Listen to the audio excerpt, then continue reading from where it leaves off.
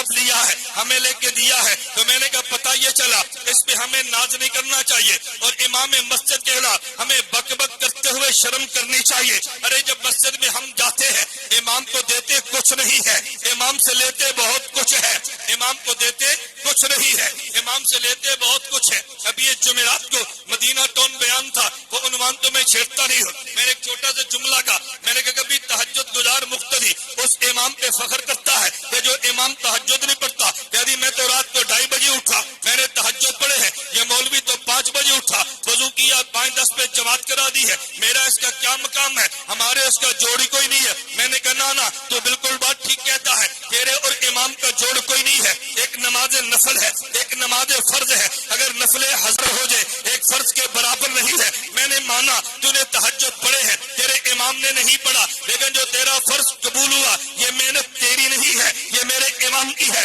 اگر یہ امام نہ ہوتا تیرے فرضوں نے جانا کدھر تھا؟ امام آگے کھڑا ہے تو تیرا فرض قبول ہوا ہے، اور ایک فرض کا مسئلہ نہیں ہے۔ اگر مسجد میں 500 مقتدی ہے جو فرائض پڑھتے ہیں، تجھے ایک ایک کا اجر ملے گا، امام کا سب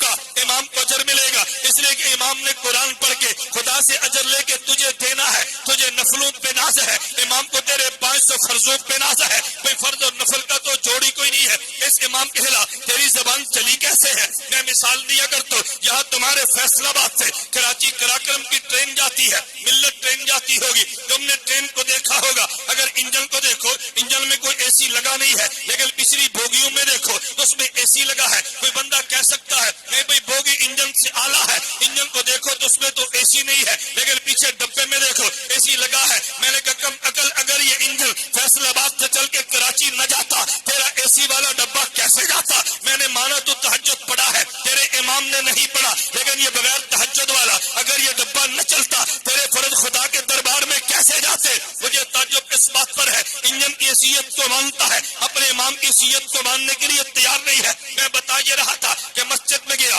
امام کو دیا نہیں ہے، امام سے لیا ہے، تو پھر تجھے اور مجھے مان لینا چاہیے۔ ہم مسجد میں جائیں اپنے امام سے لیتے ہیں، اور جب بیت المقدس میں گئے ہیں ہمارے انبیاء نے امام الانبیاء سے لیا ہے، حضور نے قرآن پڑھا ہے، مقتدی کو اجر و ثواب لے کر دیا ہے۔ تو میں بتا یہ رہا تھا میرے خدا نے کچھ مقام لینے کے رکھے، کچھ مقام دینے کے رکھے ہیں، باقی انبیاء نے لیا، ایک مقام پہ رہ کے لیا، میرے نبی نے لیا تو لامقام پہ جا کے دیا۔ توجہ رکھنا، میرے لفظوں پہ غور کرنا، باقی انبیاء نے لیا ہے، ایک مقام پہ رہ کے لیا ہے، میرے پیغمبر نے لیا، وہ مقام سے لامقام تک پہنچے ہیں، باقی انبیاء نے دیا، امت کو دیا ہے، میرے نبی نے دیا، امت کو نہیں، امت کے انبیاء کو دیا ہے۔ میں کہتا ہوں میرے پیغمبر کا مقام رسالت اعلیٰ ہے، اس کی وجہ یہ ہے کہ لینے کے مقام بھی خدا نے پیغمبر پہ